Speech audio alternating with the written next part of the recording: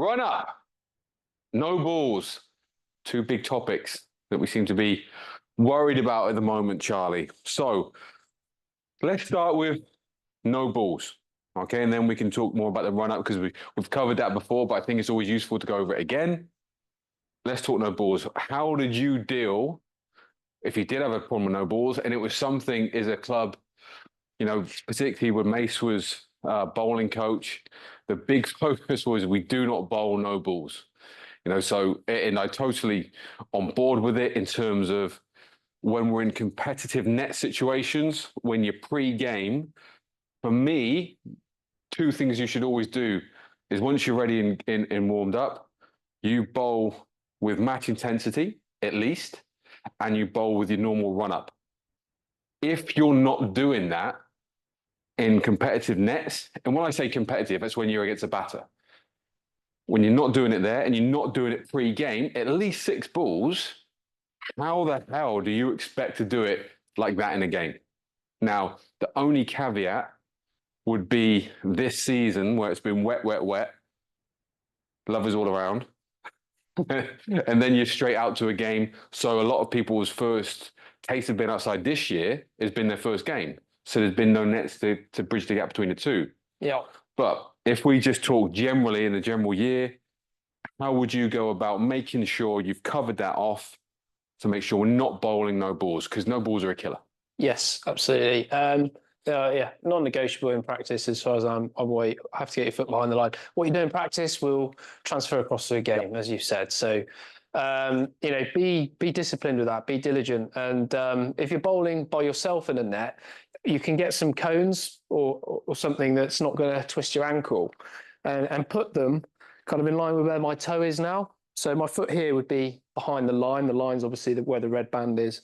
And if you bowl and you know that you've hit the cone, then you've pushed the line. Okay, so you can put a row of cones in front of the. Or just get some spray paint. Yeah, I mean, it's fairly easy, accessible now. Again, if you turn up without kit that you're going to need, you cannot expect the coaches at whatever level you're at, even when we're the pros. A lot of the time, they wouldn't have the stuff that you need. So I was always very big, and I got very angry when they didn't have it on, have you got everything you need? Now, even the boys would have their own spray. Most of them would have their own spray, their own tape measure. Just those little things. Because imagine you turn up, and who's got a tape measure? No one's got one. That's only your fault. Only your fault. Yeah. So sorry. No, you're okay. So yeah, if you're bowling by yourself and you haven't got someone to watch the front line to give you the feedback, because when we bowl, it's impossible to know where our foot is on the front line because we can't look at the front line as we're bowling. So as I say, you can get a line of cones in front here, and then if you've stepped on the cone, then you'll have gone over the front line. Clearly, if you haven't, then your foot's going to be on the line or behind, and we're in a good place. So that's just something if you're practicing on your own. But yeah, no balls. Say don't bowl them in practice because that's just not beneficial in any way. In terms of addressing the no ball issue, a lot of people think that when they bowl a no ball, you have to take your run up back further because you've set off from a point that's closer to the batter, and therefore you fitted your run up in and you've overstepped the line. Well, actually, if you know that run up has historically worked for you well, and you've had rhythm, and it is your run up and it works, then usually people bowl no balls because they're taking off from the wrong point behind the stumps, and that's where the key bit I think is to work on. So when I've had a no ball issue, what I've done is I'm just going to grab something over here. This is what I've done. If it's meant that I'm taking off too close to the stumps from here into my bound, so I could take off like this and then I land, when I step over the line, then clearly it's going to be really difficult to get my bowling action within the required space. So what we've done is, in the past, I've basically put a line down where I need to take off from with spray paint. So make a big mark on the pitch. And then as you're running in, you'll be able to see where this line is. Clearly, we can't be looking at it all the time because we need to be focusing where we're going to be delivering the ball. But you have, in your peripheral vision, a mark on the pitch to hit as a right-handed bowler, to hit with your left foot as you take off, as a left-handed bowler, obviously with your right foot. And if you hit that mark and take off from it, then we'll get our foot behind the front line. Okay, so don't think necessarily about taking a run up back immediately. Let's have a look at where we're taking off from. We get this bit right, then So we're going to be in a good place. would you then judge the whole run up from the front line, or would you judge it from where you want to take off from? That is individual. Right. Some people measure from different areas. Some measure it from the front line with a tape measure.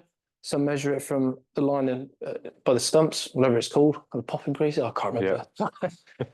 Whatever it is, anyway, in line with the stumps. But it doesn't really matter where you do. You don't have to use a tape. Some people don't use a tape. Some people march it out. The fundamental thing is you have to get behind the line. Okay, so got to figure it out, and so in terms of where you measured it, I personally measured it from the front line, took it back, and it was 21.8 meters was my run up. It did change. I did vary it a little bit over my career as I was trying to find what worked for me.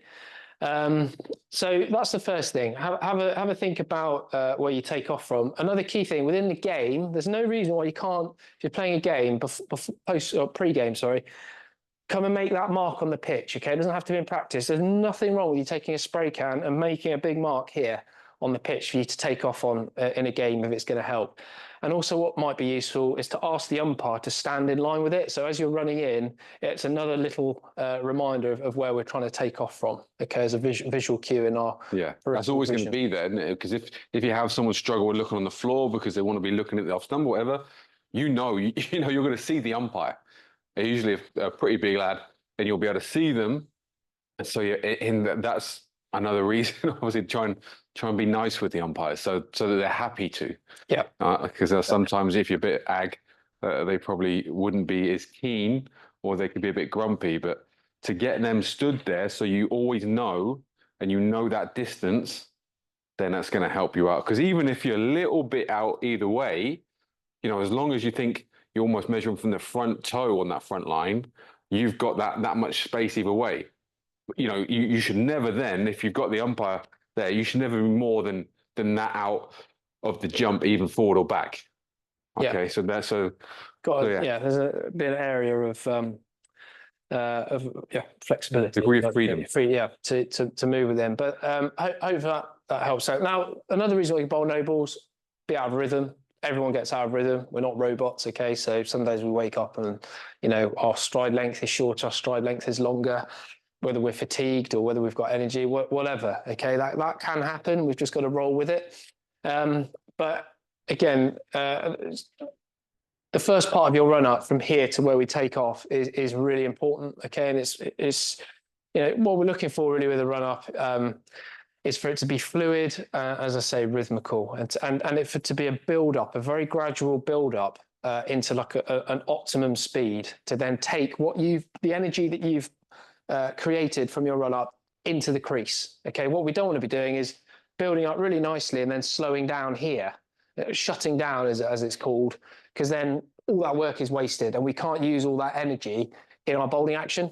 Okay, so it's about having a nice smooth run up where we have a nice even stride length and pattern. And I say I've spoken about before. If you find that your run up is completely off and you're having to kind of go back to square one to get it sorted, find a field, get a friend, okay, to watch, and you start. Okay, maybe make a line or put a cone down.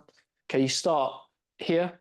Shut your eyes, okay, and then take off and bowl, okay. So you're going to run out as if you were going to bowl, keeping your eyes shut the whole time. When it feels right and you feel like you're up to an optimum speed, bowl the ball with your eyes shut, and the ball will fly down, the field or wherever you need a big open space. And then get your friend to have a look at where you landed, okay, and then go back and repeat it. And if you do that 12 times. Hopefully, because it's all feel, which is helping us get our rhythm due to our eyes being shut, so there's no visual cues, we'll hopefully see a group of cones where you've landed, where your friend or the coach will be looking, and therefore we'll get a rough idea then of how long your run up needs to be, and you can then measure that out with a tape measure. Then take that tape measure, put it on a front line, take it back, make a mark, and then have a go. Okay, I probably need a little bit of tailoring, a little bit of changing, but what I'm saying is by closing your eyes and starting like that, and then bowling, we'll actually start to get a run up, which is perfect in terms of feel for you, rather than just going, oh, I'll take it back 15 meters. Well, 15 meters might not work for your stride length and your stride pattern. Hopefully I've explained that well enough. No, that's great. I think as well, and I'll, you know, if you, because I think something that when you do that, some people then err a little bit on is they run up and they get there and they sort of take off, but then they don't go through the bowling action as much as you would do. So say you go it half-hearted and then from impulse stride to actually front foot contact, let's say for argument's sake, it's normally 6 meters. But if you do it and you're only going 3 meters, this is going to be out. So if you take it from your impulse stride mark and then run and take it from where your impulse is, then that shouldn't change much ever. Okay, because you can do the run. You don't have to bowl at the end of it. You get there and that's your impulse. Okay, so measure that to there. And that has to stay the same, just like in the gym, rep after rep after rep after rep. Okay, rep after rep. Now, talk about, let's say we're at Sussex. We've got a slope like that. Do you change it at all, up or downhill? I didn't know. Right. I kept it the same. It's right.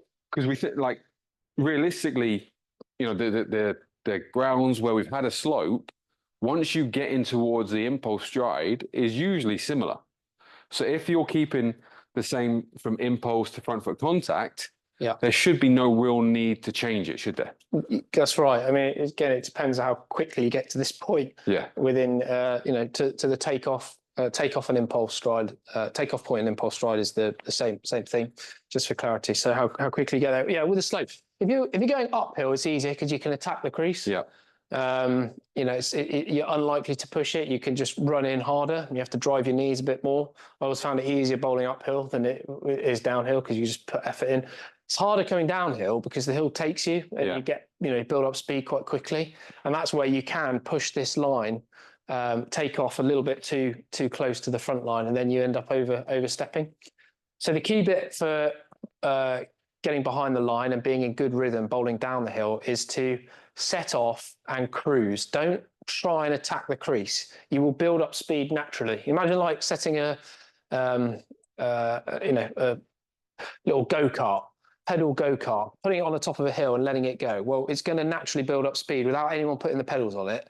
It will just pick up its speed and eventually get to an optimum speed. And it's the same thing, you know, you'll set off, and because you're running downhill, your stride length will pick up. If you start attacking the crease and putting the accelerator down, that's when we're going to get into a bit of trouble here. Okay, so just cruise, just let the hill do the work for you. It's quite nice then. You know, if you get into a good rhythm downhill, everyone's like, oh, it's blissful. It is, because you're not having to put any effort in. You just cruise. It's lovely, and then, you know, you feel like you can bowl forever because you're saving energy. It's really efficient. But the key bit is to not attack it too hard here. Just let it, you know, take it down. If you usually set off in a, you know, and you get up to 4th gear, think about taking it down to a 3rd or whatever works, and then you can always add a little bit more. It's a lot harder to take speed out of the action when you get to the crease at that point than it is to add a little bit more on if you need to make any adjustments. But that would be my advice for it. So the crucial things that Charlie's talked about there is cruising. So we're not talking about cruising as in really slow, but at a good pace, but cruising so you're not suddenly having to go quicker or slower. And that efficiency, that flow through the crease is what we're after, rather than getting here and then having to grunt it. And once we're happy with where we are with the action, that run up is crucial to help that whole process. You know, what we see too much of is getting there, little tippy taps, and suddenly jumping all the way up to jump down. Action's dead. Now you're pretty much a baseball pitcher rather than a bowler. Then we're into lateral flexion, back issues, consistency issues. So, everything here just plays into it. So there's no reason, with this information, to not absolutely nail this side of it, because no balls is such a waste of energy and time, runs, everything. And, the ultimate is to get a wicket on a no ball. Smash yourself in the face if you do that. That's crazy. Yeah, Absolutely crazy. So any last points on the run up? Yeah, I just say, if you get the run up right, it does help out. It does help this part, I think. Clearly, with Jules and I discussing this before. The body's got to be moving well. That's the fundamental. But if you get this bit right, it does help the crease. Okay, and all the great work that we're doing in the gym and with the technical side of things to improve our mechanics. But this is the first thing we do in a bowling action is run up. So get this bit right; it helps here. That's what I would say.